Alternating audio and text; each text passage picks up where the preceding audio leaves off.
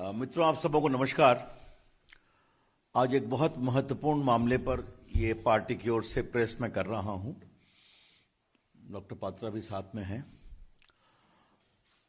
एक ऐसी घटना को कल क्लोजर मिला है बाटला हाउस कांड में, जिसने देश की राजनीति को पिछले 22 वर्षों से बहुत प्रभावित किया है। Yesterday's conviction in the Batla House encounter is a triumph of India's judicial process, a validation of the courage shown by the Delhi police officials in containing terrorism, and a closure to the rampant vote bank politics which happened in the last 12 years. और आज मैं आपके सामने वही विस्तार से रखूंगा कि देश की सुरक्षा और आतंकवाद की लड़ाई के मामले में भी किस तरह से कांग्रेस पार्टी और बाकी विपक्षी पार्टियां आतंकवादियों के पक्ष में खड़ी हो गईं और दिल्ली के अंतर्गत एक भीषण आतंकवादी हमला हुआ था, उसमें पूरे पुलिस के हिम्मत को तोड़ने की कोशिश की गई। आपको मालूम है 13 सितंबर 2008 को दिल्ली में सिलसिलेवार धमाके हुए थे। ग्रेटर कैलाश में हुए थे, डिफेंस कॉलोनी में हुए थे, शायद कनॉट प्लेस में हुए थे, कई जगहों पर हुए थे। इसमें 39 लोग मारे गए और 159 घायल हुए। It was a deadly terrorist attack. स्वाभाविक है, भारत की राजधानी दिल्ली है, 30 लोग मारे गए, 159 घायल हुए। जब दिल्ली पुलिस को मालूम हुआ कि इसमें इंडियन मुजाहिदीन के लोगों ने यह काम किया है, तो उनकी तलाश में लगे हुए थे और उनको मालूम हुआ कि जामिया नगर के पास बाटला हाउस में वो छुपे हुए हैं, तो पुलिस प्लेन ड्रेस में वहां कार्रवाई करने गई और 2 आतंकवादी मारे गए, 2 भाग गए और एक बहादुर पुलिस के इंस्पेक्टर, दिल्ली पुलिस के मोहन चंद शर्मा, उनकी गोलियों से मारे गए और 2 पुलिस वाले घायल हुए गंभीर रूप से, बलवंत और राजवीर सिंह। अब कोर्ट ने क्या माना है कल के फैसले में, जिसमें उन्होंने आरिज खान को दोषी पाया है कि भारत की एकता और अखंडता पर हमला था, यह आतंकवाद की घटना थी और लगभग 100 गवाहों की गवाही और इलेक्ट्रॉनिक एविडेंस के आधार पर उन्होंने पूरे इस घटना को सही पाया है। इलेक्ट्रॉनिक एविडेंस में वॉइस सैंपल है, बाकी जो डिजिटल रिकॉर्ड्स होते हैं वो सब है, उसके विस्तार से मैं जाना नहीं चाहूंगा। मैं आपको जरा बताना चाहता हूं कि ये आरिज खान साहब कौन थे। आरिज खान उर्फ जुनैद, ये बाटला हाउस इनकाउंटर के अलावे 2007 में यूपी के लखनऊ कोर्ट ब्लास्ट, फैजाबाद और वाराणसी ब्लास्ट में भी शामिल था। साल 2008 में दिल्ली, जयपुर, अहमदाबाद और यूपी के अदालतों में जो धमाके हुए थे, उसके मुख्य साजिशकर्ता का नाम आरिज था।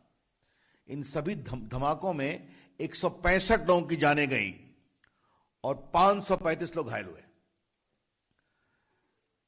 In fact, I can very safely say that Ariz Khan was a serial terrorist and a killer.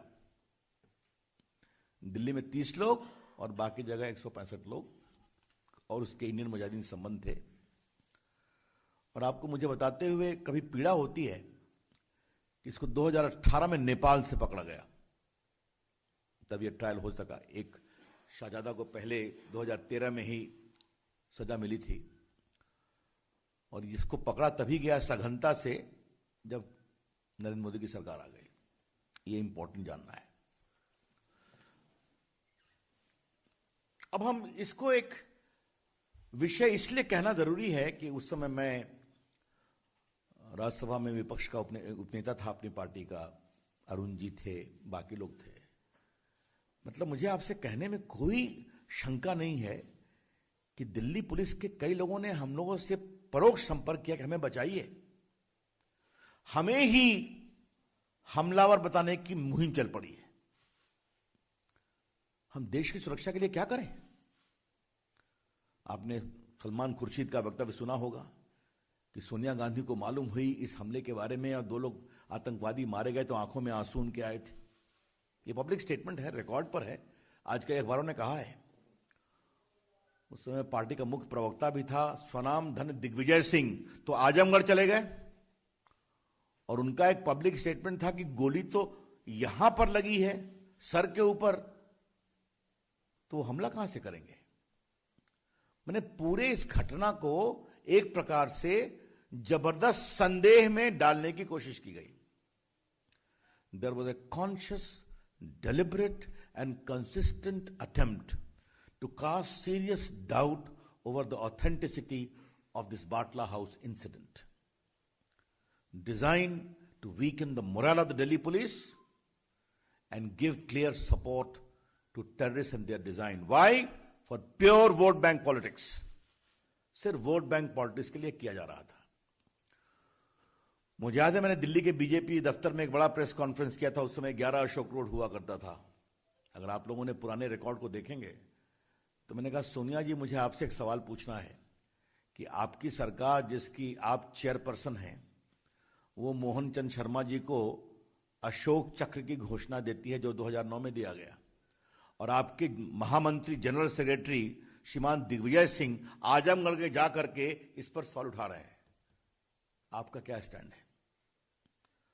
और मैंने 2 दिन लगातार सोनिया से सवाल पूछा। वो इतनी एम्बैरेस्ड हुई कि शायद मजबूरी में, देश के दबाव में दिग्विजय सिंह को कुछ क्लैरिफिकेशन देना पड़ा। आपको मैं एक स्टेटमेंट और पढ़ाना चाहता हूं। ये तो बहुत ही जोरदार स्टेटमेंट है।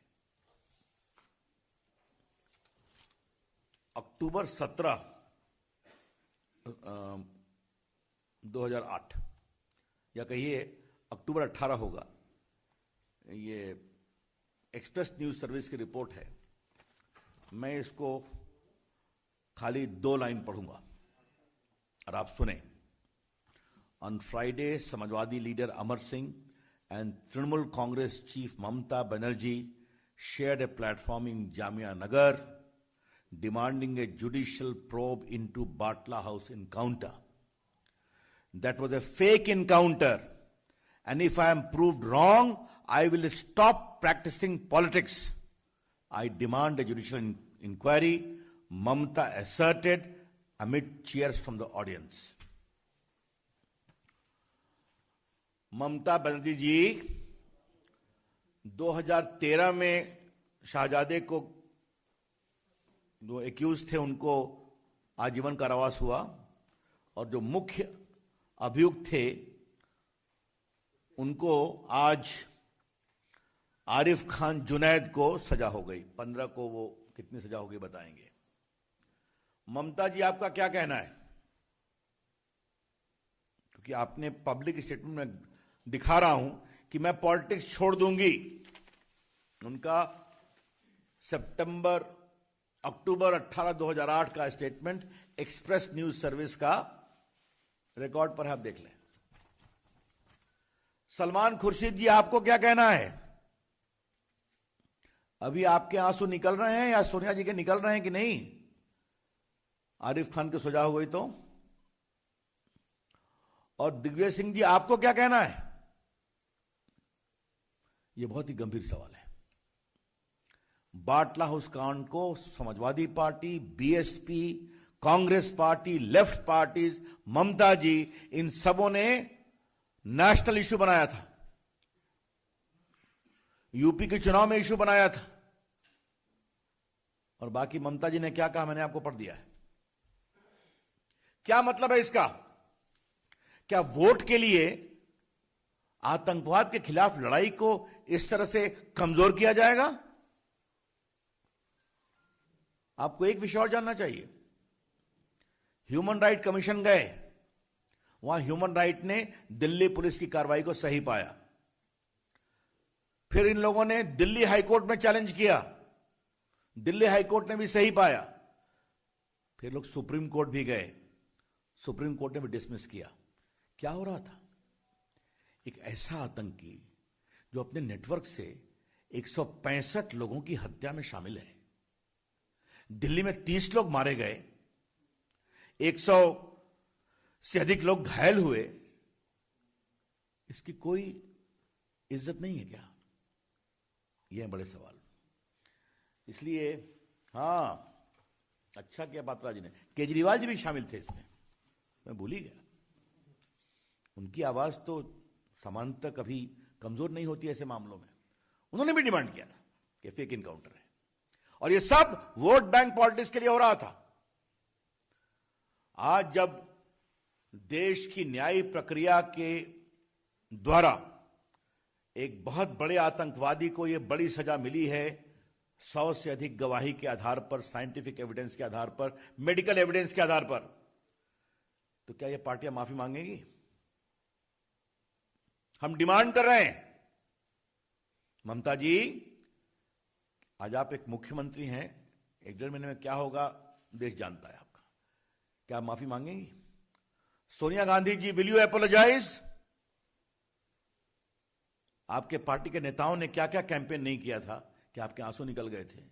क्या आप माफी मांगेंगी? और बाकी चाहे वो सपा हो या बसपा हो, हम उनके बारे में भी कहना चाहेंगे। हां, केजरीवाल जी से ही पूछेंगे कि आपने भी कहा था, क्या देश के ऊपर आतंकवादी मामले में हम एक स्वर में नहीं बोल सकते? क्या यह सच्चाई नहीं है कि देश में आतंकवाद की जहरें बहुत गहरी हैं, सरहद के पार से हैं? मैं एक बात आज बहुत गंभीरता से पार्टी के फोरम से मांग कर रहा हूं, इन पूरे अभियान से दिल्ली पुलिस के हौसले में कितनी कमजोरी हुई आतंकवाद से निपटने में, इसकी जांच होनी चाहिए, और जांच होकर के देश के सामने बताना चाहिए। हमको मालूम है उस समय दिल्ली पुलिस कितनी घबराई हुई थी, ऐसा लगा कि दिल्ली पुलिस को एकदम मर्डर के रूप में दिखाने में, फेक इनकाउंटर के रूप में दिखाने में एक कैंपेन चल पड़ा था। हम जानते हैं उस समय हम लोगों ने सदन में उठाया था।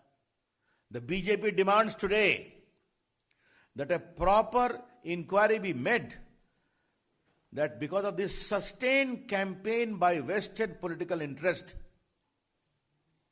purely for vote bank politics, what was the impact on the morale of Delhi police in the fight against terrorism? कि अगर दिल्ली पुलिस का एक बहादुर इंस्पेक्टर मोहन चंद शर्मा मारा जाए, जिसको अशोक चक्र मनमोहन सिंह और सोनिया जी की सरकार ने दिया, उनके नेता पूरी दिल्ली पुलिस के खिलाफ हाथ धोकर पड़ गए, इससे बड़े शर्म की बात कोई हो सकती है क्या? इसलिए आज हमें लगा कि जब निर्णय हो गया है कोर्ट का, तो हम ये डिमांड करेंगे कि ये इंक्वायरी होकर देश के सामने उसको बताया जाना चाहिए। और पीड़ा की बात यह है कि एनएचआरसी की इंक्वायरी रिपोर्ट, दिल्ली हाईकोर्ट का dismissal validating the encounter, supreme court के डिसमिसल के बाद भी यह कार्रवाई चलती रही आज तक। तो ये वोट बैंक क्या होता है, इसकी एक बहुत ही शर्मिंदगी भरा ये प्रकरण था। तो मुझे लगा कि अब लोग पूछते हैं कि आपके समय में उनमें अंतर क्या है? आतंकवादी घटना कभी भी हो गलत है, निर्दोष लोग मारे जाए कभी भी हो गलत है, लेकिन एक अंतर है, वहां मुंबई हुआ, दिल्ली हुआ, बाकी हुआ। हमारे यहां कोशिश होती है तो सेना को और पुलिस को छूट है और वो प्रिएम्प्टिव तरीके से कार्रवाई कर देते हैं। अब उसका डिटेल मुझे बताने की जरूरत नहीं है। और कभी सरहद पर खुराफात करते हैं तो उरी का जवाब भी होता है और बालाकोट भी होता है, ताकि उनके हौसले कमजोर होते हैं। यह है अंतर। People who ask questions as to what is the difference you have been able to make in the Narendra Modi government, the reply is very simple. Terrorism any day is something to be condemned about. The nation needs to speak in one voice. But the difference is, then Mumbai happened, Delhi happened. Today, if they try, the police is given freedom to undertake preemptive strike, and their conspiracy and their cells are contained. And if they do something, then Uri is the response and Balakot is the response to break their complete backbone. That is the basic difference. तो मित्रों, मुझे अपनी ओर से यही महत्वपूर्ण बातें कहनी थी और मैंने इसमें सारी बात फैक्चुअली कही है. कई चीजों को मैं स्वयं सदन में उठाता रहा हूं. तो आज कांग्रेस को जवाब देने का समय है. आज वोट बैंक की सियासत करने वालों के जवाब देने का समय है. आज उनके माफी मांगने का समय है. और आज के दिन दिल्ली पुलिस को किसने कमजोर करने की कोशिश की, उनके हौसले को, उसकी जांच करके उस जांच की रिपोर्ट को देश के सामने लाने की जरूरत है. आज के दिन मैं शहीद मोहनचंद शर्मा के बलिदान पर उनको विनम्र प्रणाम करता हूं. उनके पूरे परिवार के जज्बे को सलाम करता हूं. और जिस दिल्ली पुलिस के जवानों ने बाटला हाउस में संघर्ष किया और बहुत बड़े आतंकवाद से देश को बचाने की कोशिश की, उनके साहस को भी अभिनंदन करता हूं. धन्यवाद. Any questions now? धन्यवाद रवि जी. कोई प्रश्न प्रासर जी?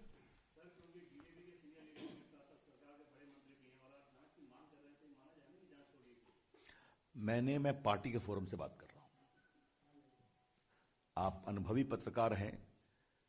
जब मैं यहां आता हूं तो पार्टी के कार्यकर्ता के रूप में आता हूं और देश की अपेक्षा में आग्रह कर रहा हूं. बाकी शासन अपनी प्रक्रिया से उसके बारे में कार्रवाई करेगी.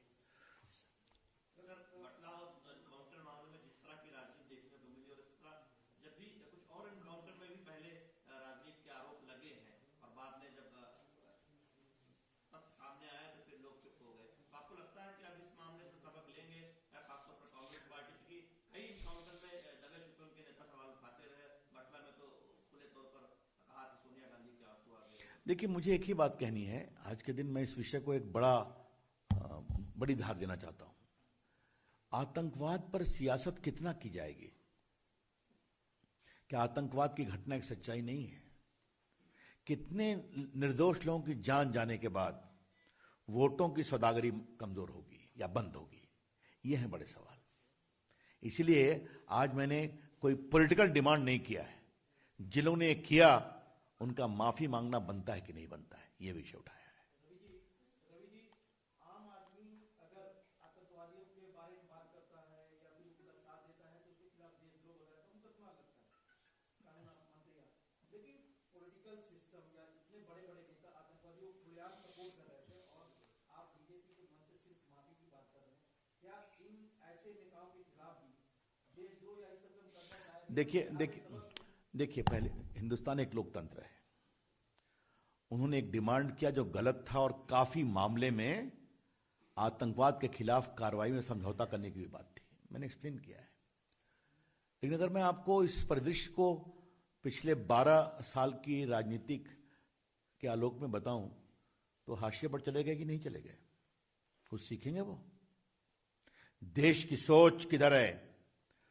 भारत के लोग, भारत की सेना और भारत के सुरक्षा कर्मियों के कमजोर करने वाले हौसले की किसी सियासत को बर्दाश्त नहीं करते हैं. और जो लोग डिमांड कर रहे थे वो कहां है? खुद उनकी पार्टी कितनी कमजोर है ये देश ने देखा है. धन्यवाद. Yes madam.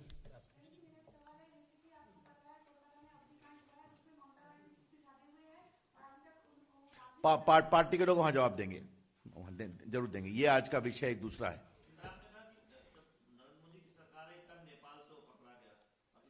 मैंने 2018 का ईयर भी बताया. वो भागा हुआ था, वो भटकल ग्रुप के साथ संपर्क में था. कई बार वो संदेश पर भारत में मुजाहिदीन के पूरे संगठन को विस्तार देने के लिए सऊदी अरबिया से वापस आया था. ये सब बातें पुलिस की बातें हैं. लेकिन मैं एक बात अवश्य कहूंगा, उसके खिलाफ सघन अभियान तभी हुआ जब हमारी सरकार आई. पूरा कस करके एक प्रकार से उसकी जांच की गई, परख की गई, कहां गया, और दिल्ली की पुलिस लोग जाके उसको पकड़ के ले आए. हिमांशु जी, लास्ट क्वेश्चन.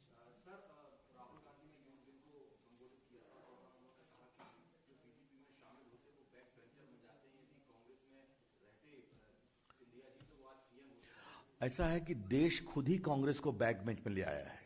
इससे अधिक और मैं क्या बोलूं? Thank you.